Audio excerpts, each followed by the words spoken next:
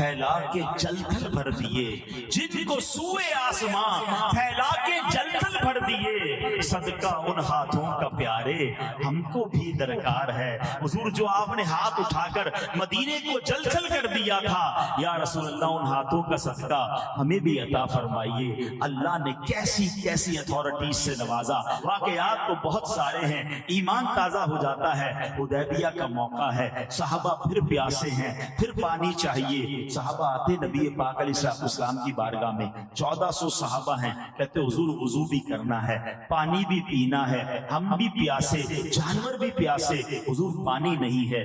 پانی لینا ہے کنواں ڈھونڈتے، پانی لینا ہے کسی اور جگہ جاتے، پھر نبی پاک کے دربار میں آئے ہیں۔ اللہ کے حبیب علیہ السلام فرماتے ہیں ایسا کرو جتنے تمہارے برتن ہیں ان کا سب کا پانی جمع کرو۔ راوی کہتے ہیں سب کا پانی جمع کیا پھر بھی ایک برتن نہ بھرا، پانی لے کر دربار رسالت میں آئے۔ سبحان اللہ۔ حضرت موسیٰ کا معجزہ تو سنا ہوگا نا کہ آپ نے اپنا عصا زمین پر مارا تو چشمے جاری ہو گئے۔ It is logically expected. ہاں جناب، زمین سے پانی نکلتا ہے، پہاڑوں سے پانی نکلتا ہے، آبشاروں سے پانی نکلتا ہے، مگر سنو میرے آقا کیسے باکمال ہیں۔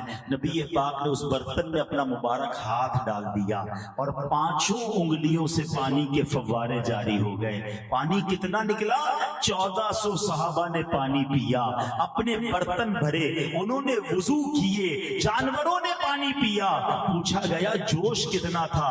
راوی کہتے ہیں ہم 1400 تھے مگر انگلیوں سے فوارے اور جوش ایسا تھا کہ 1,00,000 صحابہ ہوتے، سب کو پانی پورا ہو جانا تھا۔ ہائے ہائے ہائے، بریلی کے تاجدار امام عشق و محبت اسی معجزے کی طرف اشارہ کرتے ہیں نا، فرماتے ہیں انگلیاں ہیں فیض پر، ٹوٹے ہیں پیاسے جھوم کر، ندیاں پنجاب رحمت کی ہے جاری، واہ واہ اللہ اکبر۔ یہ شان ہے دربار رسالت صلی اللہ تعالی علیہ وسلم کی۔ ایک اور خوبصورت ڈبیٹ علماء کرتے ہیں، which is more sacred water in the world، ساری دنیا میں سب سے مبارک پانی کون سا ہے؟ زمزم شریف واقعی بڑا مبارک ہے، حضرت اسماعیل علیہ السلام کے قدموں کی رگڑ سے جاری ہوا، سبحان اللہ۔ مگر علماء کہتے ہیں وہ پانی جو نبی پاک کی مبارک انگلیوں سے جاری ہوا نا، وہ دنیا کا سب سے مبارک پانی ہے۔ صحابہ کرام کی قسمت پر ہماری جانیں قربان جنہوں نے وہ مبارک پانی نوش فرمایا، سبحان اللہ۔ ایک بار غزوہ احد کا موقع ہے، حضرت قتادہ کہتے ہیں کہ نبی پاک کی بارگاہ میں ایک کمان تحفے میں دی گئی، تیر کمان ہوتا ہے نا، کہتے ہیں نبی پاک علیہ السلام نے مجھے دے دی۔ میں نے کیا کیا، پیارے آقا علیہ السلام کے ساتھ میں نے بھی تیر چلانا شروع کر دیا، چلاتے چلاتے اس کا سرا ہی ٹوٹ گیا۔ اب میں نے دیکھا کہ دشمن سامنے سے اٹیک کر رہا ہے اور میرا تیر کمان تو ٹوٹ گیا ہے۔ اب انہوں نے کمال کیا، اس زمانے میں ڈھال ہوتی تھی نا تیروں کو روکنے کے لیے، ریزسٹ کرنے کے لیے۔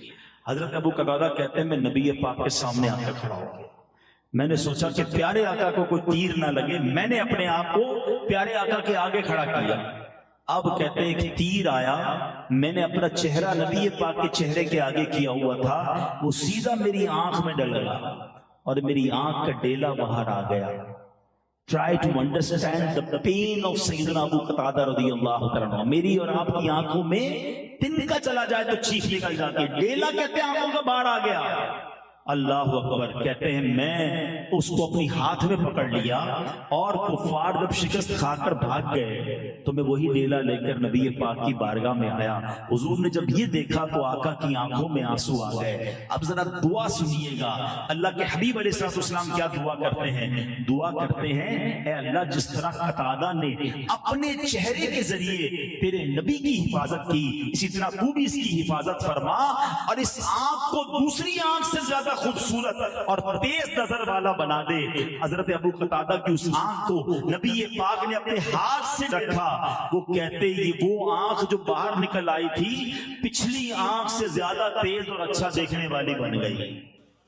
یہ کیسا کمال ہے، یہ کیسی سرجری ہے۔ اور پھر صحابہ کا بلیف بھی دیکھیں کہ کسی ڈاکٹر کے پاس نہیں جا رہے ہیں، آنکھ باہر نکلتی ہے تو نبی پاک علیہ الصلوۃ والسلام کی بارگاہ میں آ جاتے ہیں۔ اللہ اکبر۔ ایک صحابی کے بارے میں آتا ہے، سیڑھیاں اتر رہے تھے، پیر پسلا، پنڈلی ٹوٹ گئی، کریک، پیر کی پنڈلی ٹوٹ جائے، یہ بہت بڑا کریک ہوتا ہے اور بڑا آپریشن ریکوائرڈ ہوتا ہے، راڈ ڈلتی ہے۔ وہ صحابی کہتے ہیں میں نبی پاک کی بارگاہ میں حاضر ہوا، آقا کو ماجرا سنایا، فرماتے اپنا پاؤں پھیلاؤ۔ میں نے اپنا پیر پھیلایا، سرکار دو عالم علیہ السلام نے اپنا دست کرم پھیر دیا، ایسا ہو گیا کہ سرے سے کوئی تکلیف ہی نہیں ہے۔ کہتے نبی پاک کے پاس اختیار نہیں ہے، نبی پاک کے پاس اتھارٹی۔ بخاری شریف کی حدیث میں نے آپ کو سنائی ہے، کتنی حدیثیں سناؤں جہاں پتا چلے کہ سرکار دو عالم علیہ السلام کو رب نے کیسا با کمال بنایا۔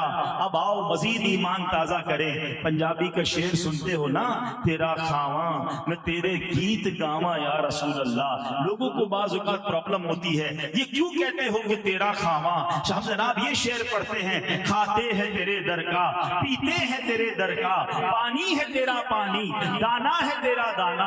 کچھ لوگوں کو کنفیوژن شروع ہو جاتی ہے، لگتا ہے حدیثوں کا علم نہیں ہے۔ آؤ حدیثیں سنو۔ سرکار دو عالم علیہ السلام فرماتے ہیں، صحیح بخاری کی حدیث ہے، آقا فرماتے ہیں انما انا قاسم واللہ یعطی، میں تقسیم کرتا ہوں اور اللہ تعالی عطا فرماتا ہے۔ کتنی واضح حدیث ہے۔ ایک اور جگہ فرماتے ہیں انما انا خازن، صحیح مسلم کی حدیث ہے، میں اللہ تعالیٰ کے خزانوں کا خزانچی ہوں۔ ایک اور بخاری کی حدیث سنو، اللہ کے حبیب فرماتے ہیں انما انا قاسم وخازن واللہ یعطی، میں ہی قاسم اور خازن ہوں، اللہ تعالیٰ عطا فرمانے والا ہے۔ نبی پاک نے مجھ سے فرمایا اے ابو ہریرہ کھانے کو کچھ ہے؟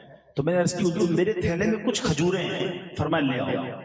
میں لے کر آیا تو کہا دسترخوان لاؤ، دسترخوان لایا، آقا نے فرمایا ٹھیلا اس پہ کھول کے انڈیل دو۔ میں نے تھیلا کھول کے انڈیلا، کہتے وہ 21 دانے تھے، کاؤنٹ بھی کر لی انہوں نے، کھجوریں کتنی تھی؟ 21۔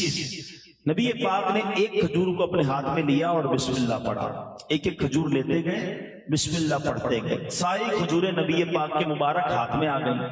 اب نبی پاک نے فرمایا کہ فلاں اور ان کے ساتھیوں کو بلاؤ۔ کہتے وہ آئے، انہوں نے کھانا کھایا، پیٹ بھر کر چلے گئے۔ نبی پاک نے فرمایا اوروں کو لاؤ، کھجوریں آقا نے رکھ دی، فرمایا بلاتے رہو۔ ایک ایک گروپ آتا گیا، صحابہ کا کھاتا گیا، سب نے کھانا کھا لیا پیٹ بھر کے، کھجوریں بچ گئیں۔ نبی پاک علیہ السلام نے فرمایا بیٹھو۔ حضرت ابو ہریرہ کہتے میں بیٹھ گیا، اب پیارے آقا علیہ السلام موجود ہیں اور میں موجود ہوں، کہتے فرمایا اب کھاؤ۔ میں نے بھی کھایا، نبی پاک نے بھی وہ کھجوریں کھائیں، کھجوریں پھر دسترخوان پر موجود ہیں۔ آقا نے فرمایا وہ تھیلا واپس لاؤ۔ تھیلے میں کھجوریں ڈالی، فرمایا اے ابو ہریرہ جب جب چاہیے اس میں سے کھجوریں نکالتے رہنا، انڈیلنا نہیں اس تھیلے کو، الٹا مت کرنا۔ کہتے میں جتنی کھجوریں جب چاہیے ہوتی ہاتھ ڈالتا نکالتا رہتا، تقسیم کرتا رہتا۔ کہتے 50 وسط کھجوریں میں نے راہ خدا میں دی ہوں گی۔ حضرت عثمان غنی کے دور تک میں نے وہ تھیلا سنبھال کے رکھا، جب کھجوریں چاہیے ہوتی ہاتھ ڈالتا بانٹتا رہتا۔ حضرت عثمان غنی کے دور میں وہ جو تھیلی تھی مجھ سے کہیں گم ہو گئی، ورنہ یہ برکتیں میرے ساتھ رہتی۔ اللہ اکبر، کیسی کمال کے میرے آقا ہیں، اللہ نے کیسے کیسے خزانوں کا مالک بنایا۔ جبھی تو ہم کہتے ہیں کہ وہ خدا نے ہے مرتبہ تجھ کو دیا، نہ کسی کو ملے نہ کسی کو ملا، کہ کلام مجید نے کھائی شہا، تیرے شہر و کلام و بقا کی قسم۔ تو اے میرے پیارے اسلامی بھائیوں، اس طرح کے واقعات جب ہم سنتے ہیں ہماری محبت میں اور اضافہ ہوتا ہے، نبی پاک کی عزت ہمارے دلوں میں اور بڑھ جاتی ہے۔ یہ واقعات خود بھی سننے چاہیے، اپنے بچوں کو بھی سنانے چاہیے، کیونکہ پلاننگ یہ کی جا رہی ہے، دوسری طرف سے سازش یہ کی جا رہی ہے کہ کسی طرح مسلمانوں کے دلوں سے ان کے نبی کی تعظیم، احترام اور محبت کو کم کیا جائے۔ تو ہمارا کام یہ ہے کہ یہ ذکر اور کرتے رہیں، اپنے دلوں میں محبت رسول کو اور بڑھنے دیں۔ اب یہاں آخری بات، میسج آف ٹوڈیز بیان۔ آپ کو پتہ ہے کہ نبی پاک علیہ السلام تو سب سے باکمال ہے، سب سے اعلیٰ و اولیٰ ہے، اور ہم ان کے صدقے ہمیں کیا ملا ہے پتہ؟ سارے نبیوں کے سردار ہمارے آقا، سب سے افضل ہمارے آقا، ان کی برکت سے ان کی جو امت ہے نا، ہم جو ہیں ہمیں بھی سب سے افضل امت قرار دیا، خیر الامم کہا گیا ہے۔ ہمارا کام کوئی اچھا نہیں ہے، مگر نبی پاک کی نسبت کی وجہ سے اس امت کو خیر الامم کہا گیا، سب سے افضل امت کہا گیا۔ اور آپ کو پتہ ہے قیامت کے دن ہمیں کیا کیا ملے گا؟ پہلے تو علماء نے ایک بڑی خوبصورت ڈیبیٹ کی کہ پچھلی امتوں کی تو عمریں 200 سال 300 سال ہوتی تھی، اس امت کی جو ایوریج عمر ہے وہ 60-70 سال ہے، یہ کیوں؟ ہماری عمریں کم کیوں ہیں؟ اچھا پھر دوسرا سوال ایک کوئسچن بنتا ہے کہ اس امت کو سب سے آخر میں کیوں لایا گیا ہے؟ سبحان اللہ، دونوں کی بڑی پیاری عشق والی وجہ علماء بیان کرتے ہیں۔ فرماتے جب قرآن پڑھتے ہو، ہم قرآن پڑھتے ہیں تو پچھلے نبیوں کی امت کے عیب ہمارے سامنے آتے نہیں آتے؟ حضرت موسیٰ کی قوم نے کیا مسٹیکس کی، حضرت عیسیٰ کی قوم نے کیا مسٹیکس کی، ان پر عذاب آئے، حضرت لوط کی قوم نے کیا کیا، کتنے بڑے بڑے گناہ کیے، وہ سارے ہم پڑھ رہے ہیں، قرآن میں واقعات موجود ہیں۔ فرمایا میرے محبوب کی امت سب سے آخر میں آئے، اس کا پردہ رہے، کوئی اور امت جان نہ سکے ان کے عیب کیا ہے۔ ہمارے عیب چھپائے گئے ہمیں آخر میں لا کر۔ آج جو عیب کسی پر نہیں کھلنے دیتے، آج جو عیب کسی پر نہیں کھلنے دیتے، کب وہ چاہیں گے میری حشر میں رسوائی ہو۔ انسان کی اگر ایوریج ایئر 60-70 سال ہے، 15 سال تو نابالغی کے نکل گئے، اس کا تو حساب ہی نہیں ہے۔ اگر 8 گھنٹے ایوریج سوتا ہے تو 20 سال نیند میں گزر گئے۔ اب میری امت کو 15-20 سال کا جواب دینا پڑے گا، باقی امتوں کو 100-200 سال کا جواب دینا ہے، آسانی سے گزر جائے۔ مگر کمال یہ ہے کہ محشر کے دن آئے ہم سب سے آخر میں ہیں، مگر سب سے پہلے حساب اس امت کا لیا جائے تاکہ یہ سب سے پہلے فارغ ہو جائیں۔ اور سبحان اللہ، جب تک نبی پاک اور ان کی امت جنت میں داخل نہ ہوگی، کوئی اور امت جنت میں داخل نہ ہو سکے۔ سیدی اعلیٰ حضرت کا شعر ہے نا، جائیں نہ جب تک غلام خلد ہے سب پر حرام، جائیں نہ جب تک غلام خلد ہے سب پر حرام، ملک تو ہے آپ کا تم پہ کروڑوں درود۔ تو جناب اتنی بڑی مہربانی ہم پر ہو گئی، ہم نے اس کے لیے کوئی اسٹرگل کی، کوئی کوشش کی؟